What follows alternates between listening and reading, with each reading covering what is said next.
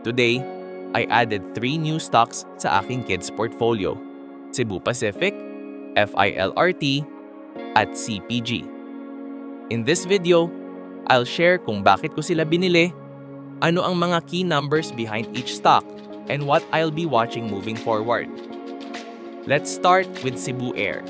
Right now, the stock is trading around 29.30 per share. Very low ang price-to-earnings ratio, around 2, which means undervalued pa rin siya kahit nagre-recover na. Recently, nag-resume na ulit sila ng dividend payments sa preferred shares after a long pause. At may share buyback program pa sila. Sa first half ng 2025, kumita sila ng around 9 billion net income. May one-time gain doon, pero solid pa rin dahil revenues tumaas by about 23% to 63 billion. If this trend continues, baka soon mag-resume na rin sila ng common share dividends. Pero syempre, may mga dapat bantayan. Ang mahinang peso kasi nakakaapekto sa foreign-denominated costs. Oil prices, buti na lang bumababa na lately. At air traffic growth na dapat tuloy-tuloy para steady rin ang kita. Next, punta tayo sa Philinvest REIT, FILRT. Ito naman ang income play ko.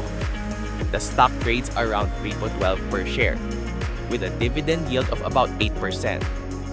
Isa sa pinakamataas sa local REITs. Consistent ang earnings nitong mga nakaraang quarters at kahit medyo mababa ang occupancy rates, nag-stabilize na siya. Meaning, pwedeng mag-improve pa. With interest rates expected to go down, maganda ang posisyon ni FILRT. Lower interest means mas mababa ang borrowing cost para sa capital at mas tataas ang property valuation. Perfect siya for steady passive income.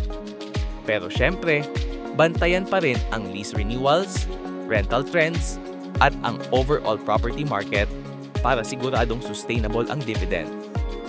Lastly, Century Properties Group, TPG. Ito naman ang growth and income combo. In 2024, kumita sila ng around 2.4 billion, up more than 30% from the previous year, at revenues umakyat to around 14.6 billion. For the first half of 2025, profit na nila nasa 1.2 billion na, another solid year-on-year increase. Recently, tinaasan pa nila ang dividend policy from 10% of earnings to 20% plus may special cash dividend pa for 2025. That's a good sign. Ibig sabihin, confident sila sa financial health nila. With lower interest rates coming, advantage yan sa kanila. Cheaper financing for projects and more affordable housing para sa middle-income Filipinos. The combination of strong growth, expansion, and rising dividends makes CPG a great long-term hold. Pero syempre, may risk din tulad ng rising construction costs at possible shifts sa property demand. Pero overall, maganda pa rin ang outlook. Pag tinitigan ko ang CPG, naaalala ko mga success ko kay STI at PPC. To wrap things up, Cebu Pacific for value and recovery, PLRT for stable high dividends, and CPG for growth with income upside.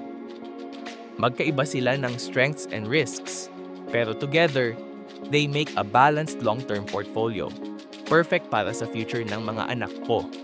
I'll keep monitoring their progress and share updates along the way. Before I end, gusto ko lang mag-share ng konti about this channel, which is my collection of thoughts and reflections, mostly about my investing journey.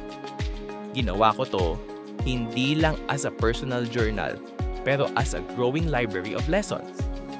Sana in the future, maging meaningful itong space na ito for my family, especially for my kids, para makita nila kung saan nagsimula ang curiosity and passion ko. At kung may mapulot din kayo dito sa mga insights and kwento ko, that would make me really happy. Thanks for watching.